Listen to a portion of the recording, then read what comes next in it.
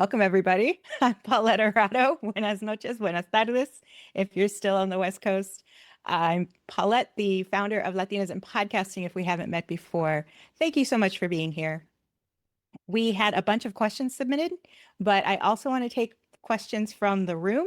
So the big question that was asked was monetization. We will definitely cover as much as I can offer in this short amount of time, not to make this a monetization session.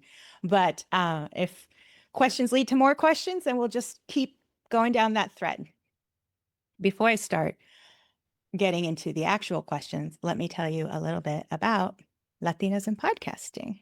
So welcome to Latinas in Podcasting. All of our events, our live events like this, are really casual. I don't expect anybody to show up looking perfect, feeling like they have to perform. I hate that kind of energy when I have to do it in other rooms. And so we try not to do that here. We can be professional and we can still be chill. So that's a little bit about how Latinas in Podcasting events run.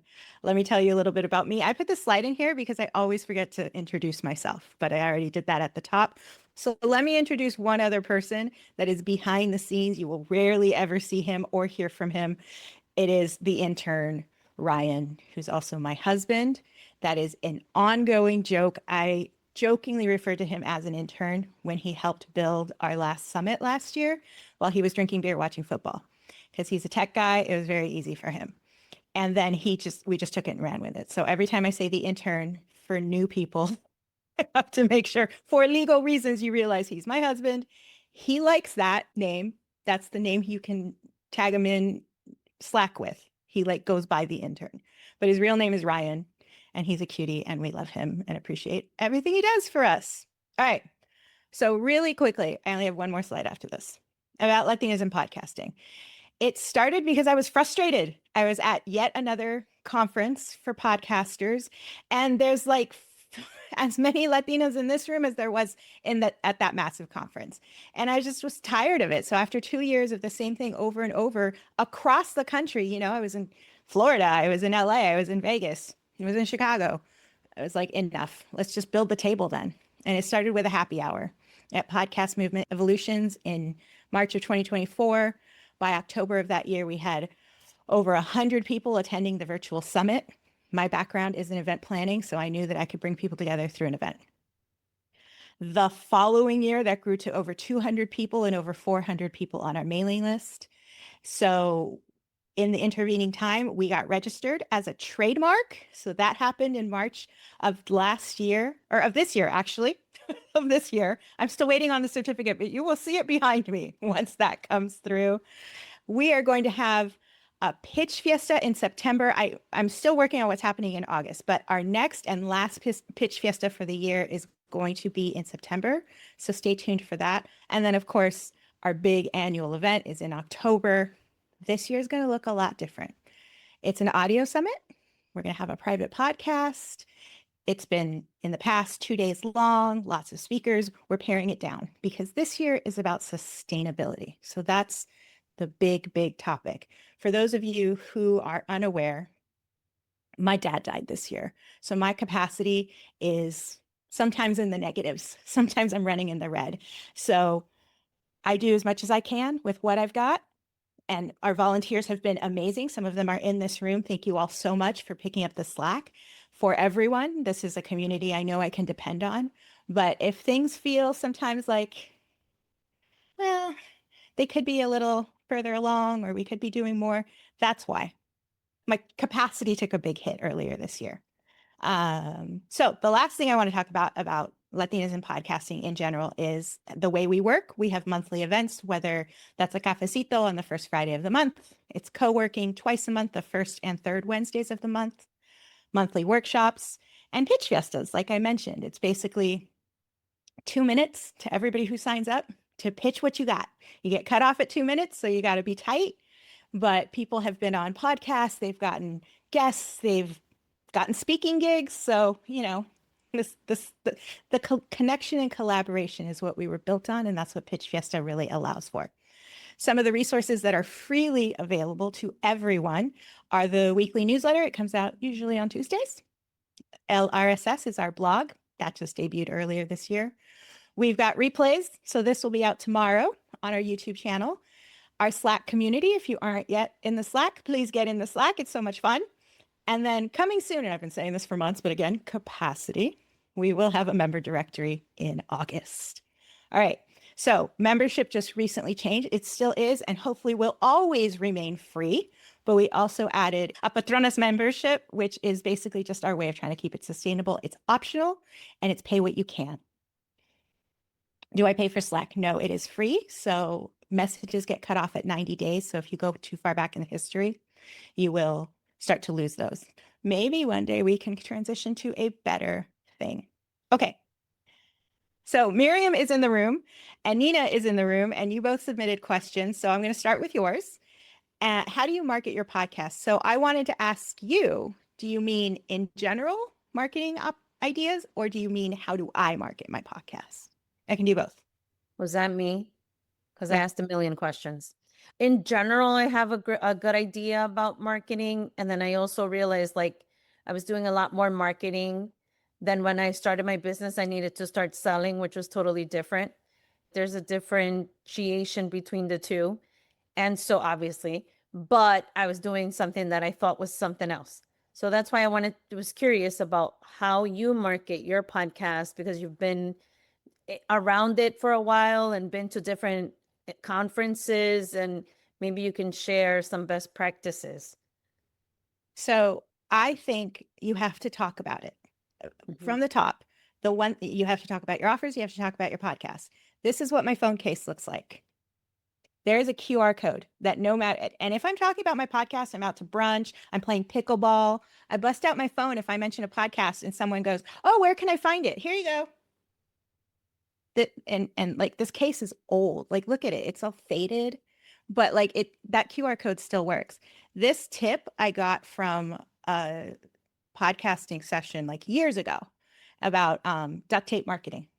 I have a template I can send you. It's on Canva, where you basically just drop your QR code, and if you want to do your logo or lo que sea. So that's one. That's my like duct tape marketing. I have an Instagram. That's me. Like I don't have a separate one. That's a question that comes later. And I talk about it on there. I have a newsletter. Well, it's a Substack, and I'm going to be transitioning off Substack. But for now, Substack has been acting as my newsletter. The SEO is really great. I make sure to like use keywords so that eventually Google picks it up. I talk about it on LinkedIn. I talk about it on Threads. I talk about it. That's the thing. You have to talk about it. And that's the best practice. Talk about it. I found you on Threads. Yeah, Nina and I connected on Threads. She came here. Bada bing, bada boom. We're besties now. We're podcast besties, which is the name of a podcast, by the way, podcast besties. So marketing it's also, you got to think long term. It's not like you drop something on Instagram and then you abandon it for the next 3 weeks, right? Like there's something to be said about consistency. There's something to be said about actually like on your podcast, asking people for the ratings, asking people to share it with friends, word of mouth should not be discounted. If you are on a host like Buzzsprout, we have the ability to send and receive texts without revealing phone numbers through a link in the show notes, which allows people to contact me directly. I just got one 2 weeks ago, a text from a young woman in Texas. She's like, I'm 24 years old. I'm Latina. I'm child free. No one around me understands. And I was like, honey, there's a whole back catalog of like so many people who understand what you are going through. And I understand what you are going through. You're not alone. Like that was just how she's like, I just feel so alone. I'm like, you are not alone. You're not alone. And so it's in the everyday conversations, it's in the connecting with your community and your fans and your audience and just talking about it. So that's one question. The next one, what do downloads tell you about your podcast? Downloads are one part of the story. One part. They're an important data metric, but they're not the only story. Listen through rates are so important.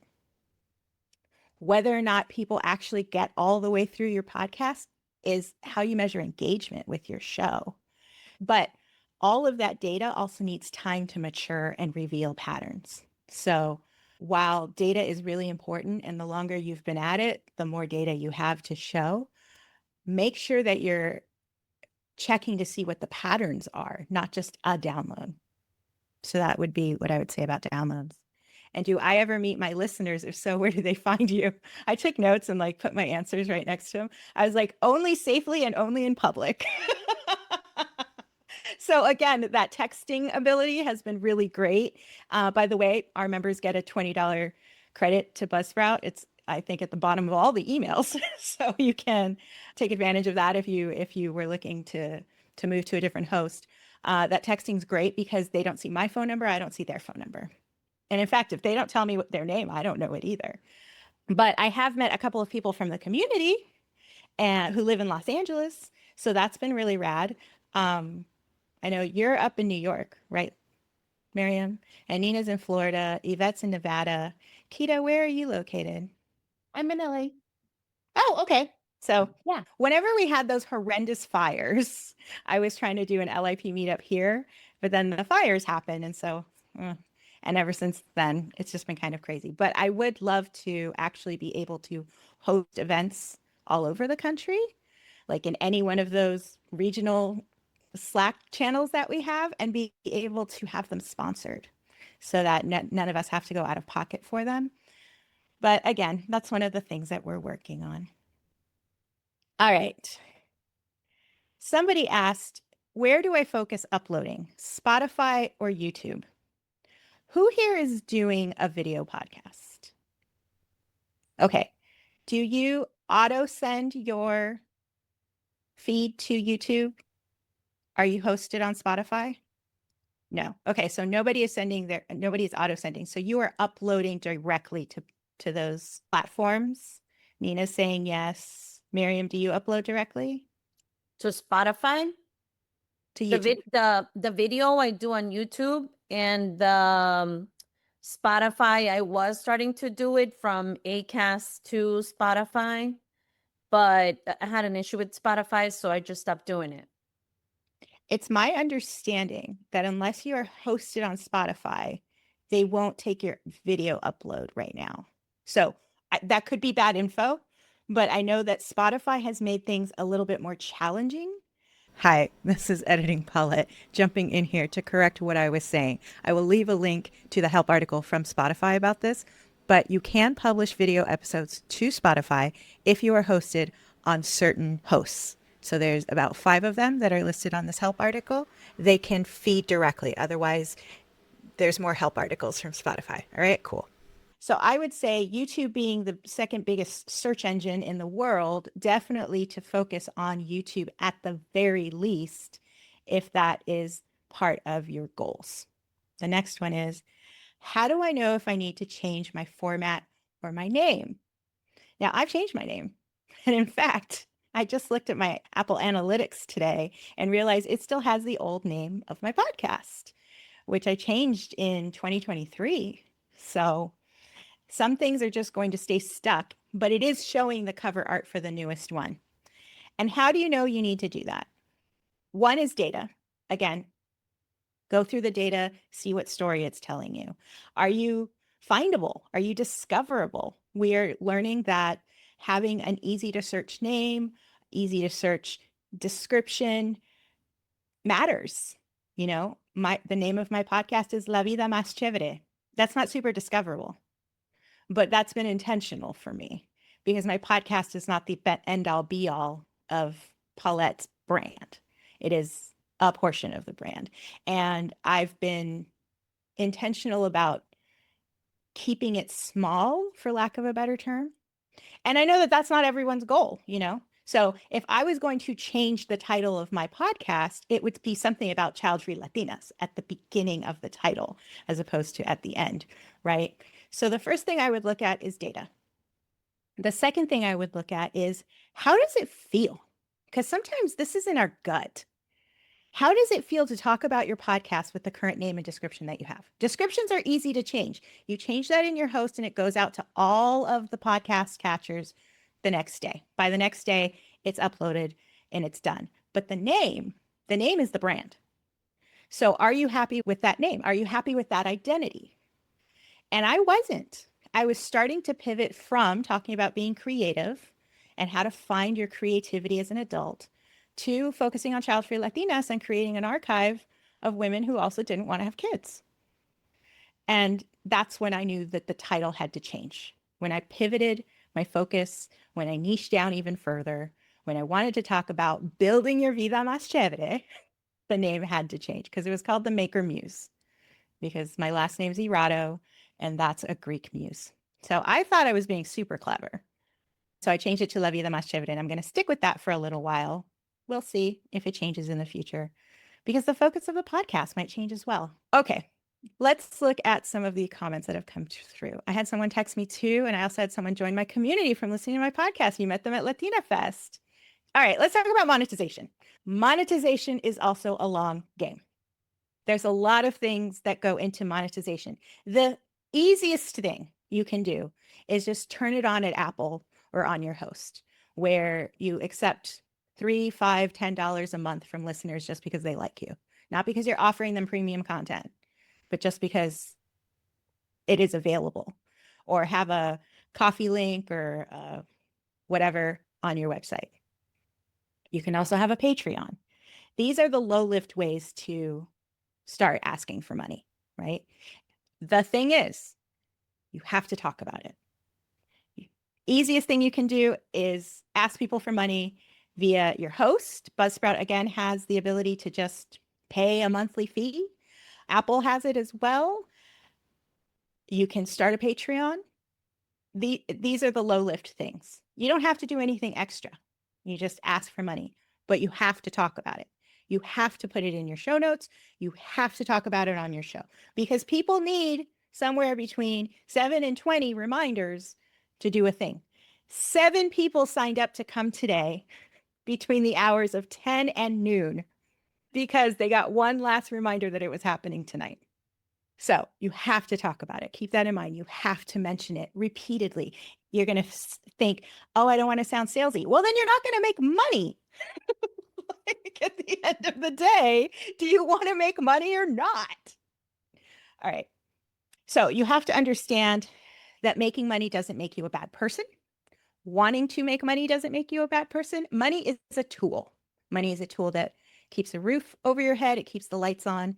There's nothing intrinsically bad with money. And I know that in our culture, there's a little bit of pushback to that idea, right? You have to be clear who you're selling to. Who is this ideal person that is going to give you money? Be clear about that person, the audience, and your goals. What are your goals with your podcast? The goal of my podcast is to get more speaking gigs. It's not to make money from the podcast. It's a speaker reel so that people hear the type of content I am capable of speaking on, and then we can boogie on up. And then you have to have a way for people to give you money. Again, the Patreon, the send me a coffee, whatever it is. So always, always, always in the show notes. On to the actual practical ways to make money.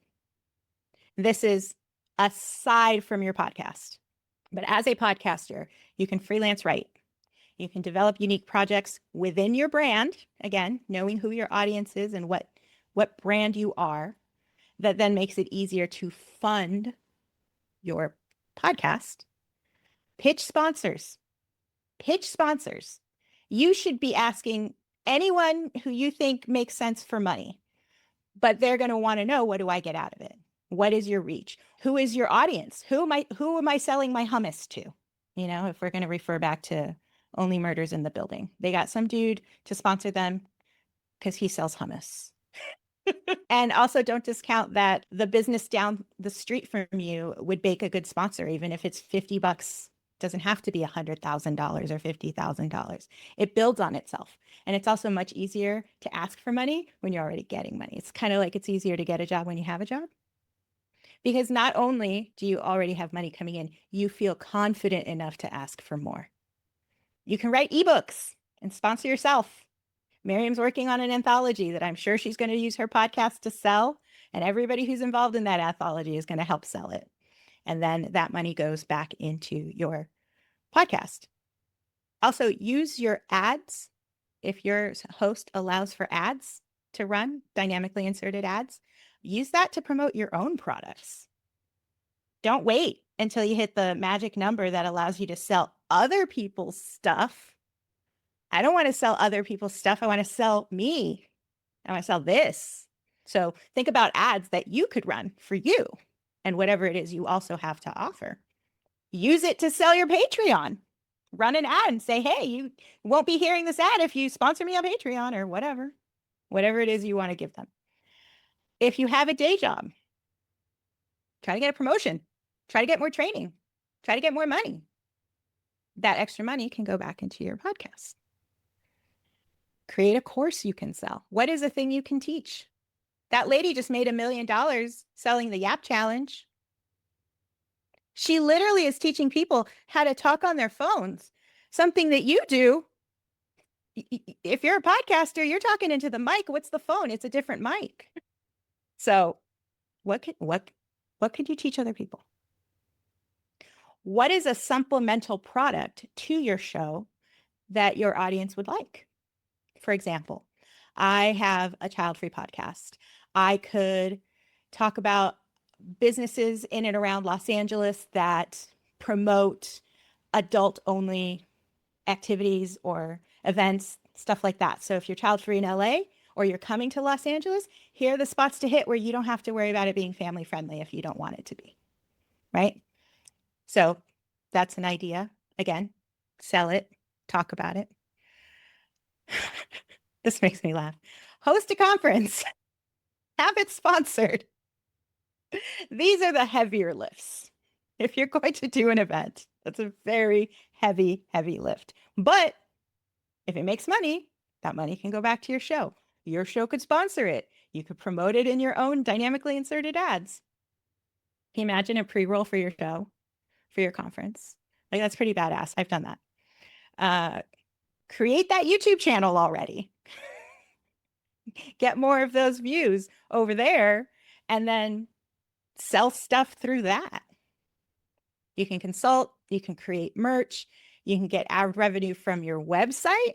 Like if you don't have a website for your show, definitely think about getting that. Also a newsletter. I should have said this at the top. You absolutely have to have a way of getting in touch with your audience beyond the texting, the one-to-one texting, the one-to-many, on a space that you own, not socials, not a LinkedIn newsletter, something that you own, something that you can take the email addresses and walk to some other place to use them with. You can also create a niche site, like maybe you're super into plants.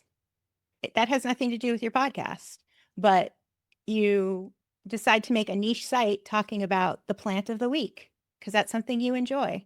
You run ads on that, or you sell a course on that, or you sell a PDF on that. There's a question in the chat. How do you get the email addresses?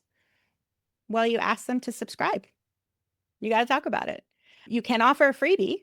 Those are usually something that, people, it's like, oh, if you get on my newsletter, I'll send you this free thing. It could be a quiz. It could be a discount code. It could be a PDF like you get when you join Latinas in podcasting, right? You get the episode blueprint for storytelling. I've heard PDFs are out, but you can offer anything. You can offer a 15-minute discovery call if you get on my newsletter, something like that. Kit for email, MailerLite for email. Kit also has a referral thing like Substack does. So people on other newsletters might subscribe to yours. You can become a podcast consultant. Some of you have been in this game for a very long time, and you've got skills and experience that people will pay you for. Nina pitches herself as a speaker. We're getting to that one too. That's on this list. Podcast editing. There's editors within our space. You could become one of them. If you have the time and ability, that's an option. Coaching. There's a few coaches in the room right now. And if you want to become a coach, there's also coaching programs to become a coach. So that's another avenue for revenue. Grow your email list and then negotiate a sponsorship that includes the shared audience. So the thing about newsletters is some people would rather read than listen, right? Some of us would rather listen than watch a YouTube channel, or vice versa. Some people prefer to watch video than to listen to an audio podcast. You're serving all the spaces if you can produce content for all those different things. But then you also are growing an ecosystem around your podcast. So if you have a website and you have a newsletter and you have the YouTube and you have your audio and you have your socials, that entire audience, all of that combined is hella attractive to sponsors, more so than, I get 102 downloads a week, but I've also got 4,000 people who follow me here. I got another 1,500 over here. Suddenly, that's a whole different conversation than these are how many downloads I get. Let's see. Leadership guide on automation on LinkedIn. Yes, great. Always include a link to subscribe to my newsletter in the podcast show notes. Yes, absolutely. You can even use your digital ad insertion to say that instead of having to remind yourself to put it in the beginning or the end. Throw an ad in. That's you saying, come get on my newsletter. You get this thing on it when you subscribe. Public speaking, like Nina was saying, she pitches herself to speak all the time. She's got 3 sessions that she pitched to Podcast Movement that we're all going to vote on. And speaking can pay dividends because you get to promote your podcast when you're speaking. And then speaking also pays by itself. There's free events that you can speak at, but there's also the money that you can make as a speaker. You can host events for people who are interested in your topic, like this, virtual events or in-person events. Start a meetup group. Affiliate marketing. This is probably one of the most misunderstood areas. Apparently, a lot of people think it's like MLMs. It's not. MLMs are about recruiting. Affiliate marketing is not network marketing. Those are 2 different things. Maybe that's where the confusion is. But Amazon's the easiest example. I know we're not supporting Amazon, but just for example, I can recommend a microphone, this pink windsock, this arm that my microphone is on. I put that all in my newsletter or on my website, and there's a little tracking code to it. And when someone clicks on it, I just made a couple of bucks if they bought it. If they click on it and buy, I just made a couple bucks. That's affiliate marketing. And you have to disclose it. The FTC requires disclosure. Don't be shady about that, but you have to talk about it. I'm just going to sound like a broken record. You got to tell people, oh, I have a guide for the type of podcast setup that I have. Go check it out. And then they go, they click, they buy. Yvette includes a podcast playlist in her freebies that she gives during speaking engagements. That's awesome. Again, bringing those people back into your ecosystem, right? Yeah. Okay, so real quick, let's finish off this list. Create a subscription product. What is something that people could subscribe to? Like a box, like an Ipsy subscription. Or, it doesn't have to be physical. It could be virtual. You can have people pay to be on your newsletter. What if if you have a stock photography service, or you are giving away really great marketing ideas every other week?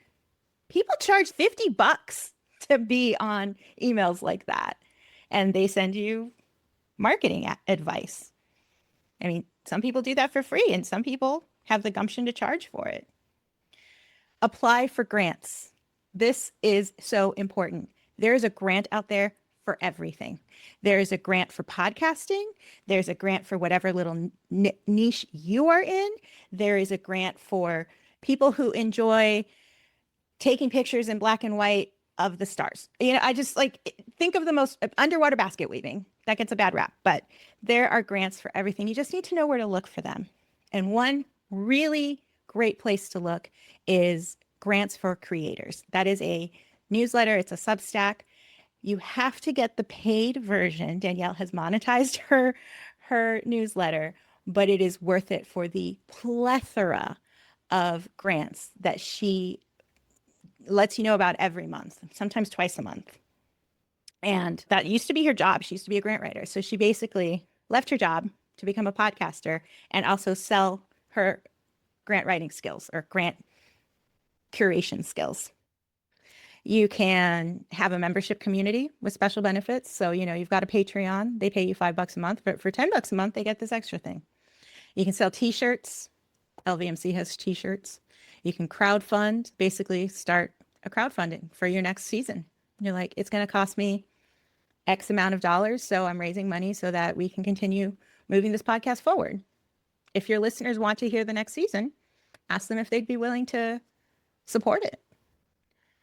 You can become a branding consultant. So, I gave you my little riff on branding. Or you can become a consultant in so many different areas because you each have different expertise, right? Or you can sell stock photos in the space that your show is in. So for me, it would be more Latinas, period. And none of them ever with like family pictures. All right. There was also some other things, but I'm going to leave that for the blog that we're going to post about this. There were some great suggestions in the chat here. Miriam pitched a temporary tattoo company. So you have an affiliate link for a temporary tattoo company. Yeah. Inspirational tattoos on top of that. Like they're really cool. That's So I give those out 100% with your my brand. book. Yeah. Yeah. And I give them with Tattoos and my book. pearls.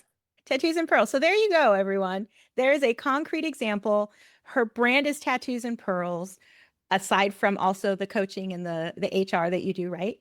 The personal development. So she's got an affiliate with a company that does temporary tattoos. Think outside of the box.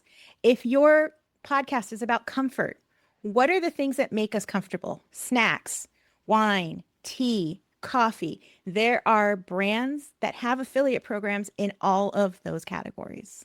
You just have to find them, you have to sign up, and then you have to talk about it. You have to talk about it constantly. All right, let me go back to the rest of the questions that were asked. How do you get highlighted in Apple or Spotify? Here's what I can actually speak to with real concrete examples because I've spoken to the people who write the lists for Apple. You have to apply and you have to apply consistently. They suggest doing it every 8 weeks. And that's not a guarantee that you're going to get in, but know your story. What is your elevator pitch? Be consistent, be clear. Why do you want to be promoted? I pitched them the idea that a child-free show should come out around Mother's Day for the rest of everyone who can't or didn't want to be a mother. That's an idea. They're like, oh, that's really novel. So how can you flip an idea on its head?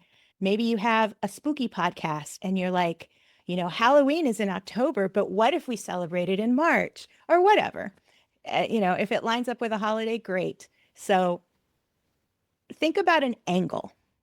Think about an angle, and it doesn't have to be the same angle every time. Maybe your focus shifts, but absolutely apply more than once. Apply multiple times is what they say. Do I need a separate website, an Instagram account? Sure, if you can manage it within your capacity. I don't, because I don't have the capacity for it. And that's been true from the beginning. I never had a separate podcast account on Instagram or anywhere else, just because I'm one person and Paulette is the brand. Paulette Erato is the host of La Vida Más Chévere, the Child Free Latinas, and the founder of Latinas in Podcasting. Now, Latinas in Podcasting does have its own separate social account, right? Because I don't want to be synonymous with Latinas in Podcasting, but I do want to be synonymous with my show. La Vida Más Chévere, I want you to think of Paulette. But when you think of Latinas in Podcasting, I want you to think of Latinas who podcast, not Paulette. Does that make sense? But I will say this, I don't have the capacity to answer DMs for Latinas in Podcasting. It's very rare that I actually do. But there is an email button on our profile, so you can always send an email. I'm the only one who gets those. 2 people asked, how do I find the right podcasting voice? And neither of those people are here. So there's a couple of different ways to interpret this. So I'm going to ask the room to weigh in on this. My idea is that they mean not necessarily your actual vocal speech, but like the feeling of being the professional that you are behind the mic. That's how I choose to interpret this. Like, how do I project myself as the person who does this podcast. Does that make sense? And my answer to that is practice. It's just practice. It is a skill that can be nurtured, just like riding a bike, just like swimming in a pool or swimming in the ocean. But in order to learn to ride a bike, you have to get on the bike. You have to fall off the bike until you get that muscle memory. And I think it's the same with creating the persona who rocks the mic, even creating the voice that you use for the mic. I have a lot of plosives sometimes. And that's either because I ate cheese or I didn't drink enough water, like I say. But I got to edit those out. So I'm practicing on not having as many plosives. And sometimes it's just from talking too fast. So it's practice, it's time to develop the skill. But now I want to hear from all of you. How did you develop your voice? Nina says that when she started, she thought she had to sound a certain way. And she listens to her first episodes and laughs because they're awkward. And you find your voice with practice. Absolutely. I go back. My very first episode and probably all of your first episodes are one of my most listened to. And I go back and listen to it. I did not have this mic. I had a crappy mic and I sound different. I sound cringy. But that's who I was at the time. I own it. Anybody else want to weigh in on that? Yeah, so that was the whole point of the podcast for me, was to find my voice. And that's why I did solo episodes for so long, because I wanted to find my voice before I added somebody else, because then it becomes about sharing information about them. And so I had a voice, a professional voice in HR at work. So I needed to rediscover who I was as a person and rediscover who I am. And then through practice, like I tried different strategies. So I said, okay, if I have this outline, is it better if I just have bullet points and talk about it? Or is it better if I have like a more of a written out script? And then how does it sound? How does it feel? And that's when I started to say, oh, okay, I do better if I talk freely as opposed to on a script. It doesn't sound as real. It doesn't sound as good. I feel more robotic as opposed to who I naturally am, with a lot of energy and, just myself with a lot of movement and things like that. And then little by little, I figured out what were the topics I wanted to talk about. And I realized that I could talk about any topic and just relate it to what I wanted to. Yeah. And different things work for different people. Nina just agreed with you in the chat that at the moment she ditched the script, she found her voice. I'm the opposite. I script it 100% when it's just me. I don't script my interviews at all. We have an outline of questions we're going to cover, but we're going to see where that conversation goes. But I've also a trained speaker.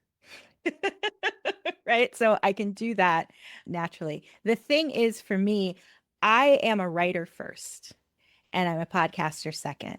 So I need to write, but I write it in the way I want to say it. And sometimes it takes a couple of takes. I sounded too robotic there. How would I say it naturally? That's also a skill you can develop if that's where you want to put your time. I put filler words in so that I don't sound robotic. I add the word right after a sentence that I want to land in a specific way. And that was a skill I had to relearn because I remember my dad yelling at me in high school, "You can't write the way you speak." Now I have to, Dad. So thank you for that. But that's also true in blogging. When you write a blog, you don't want it to sound super formal. You want it to sound relatable. I have practiced really hard at trying not to sound like I'm reading, because actors read scripts and yet we know that they're acting, right? So it's a little bit performance. There were a couple questions that were asked, not about podcasting, about Latinas in podcasting. And I want to talk about that. Can we lead events within LIP's community? Yes, please pitch me events. Please send me an email, send me a DM in Slack. I want to hear your ideas.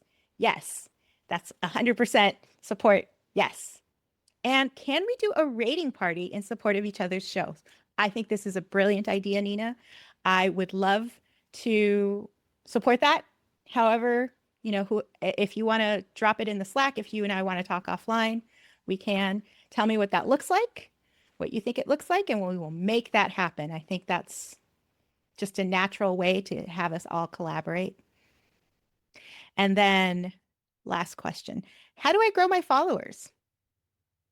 Time and being consistent. If you can show up consistently on whatever schedule that looks like for you, whether that's every week, every other week, once a month, and start to train people to expect to hear from you, whether that's through your podcast or on Instagram or wherever, people will start to pay attention.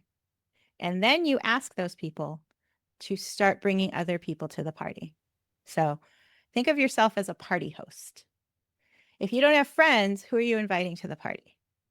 So those first few people who listen, you treat them as your most cherished guests, right? Because they're the first ones that came to the party. And what do you do when you have a tiny party? You get to spend more time with the people. You find out, hey, do you like this dip? Would you prefer a 7-layer dip instead of just a ranch dip? And then you can make changes to your party, AKA your podcast. And as more people hear that you have the best ranch dip on the block, they start to bring their friends, right? They start talking about how great this podcast is. Did you listen to it yet? And that starts to grow. However, you have to ask people to listen, to subscribe, to tell their friends about it, to rate you.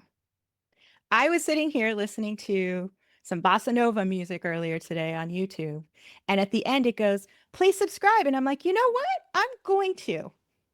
And I was like, oh my God, it worked on me. It worked on me. So just tell people to subscribe, to bring more people to the party, to tell their friends about it. That is one way to grow.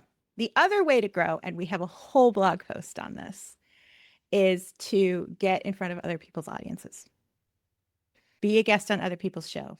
Collaborate by swapping trailers, swapping episodes, whatever it is. And do that enough times and you start bringing the audience to you. You become like the mommy duck with the little ducklings following her home.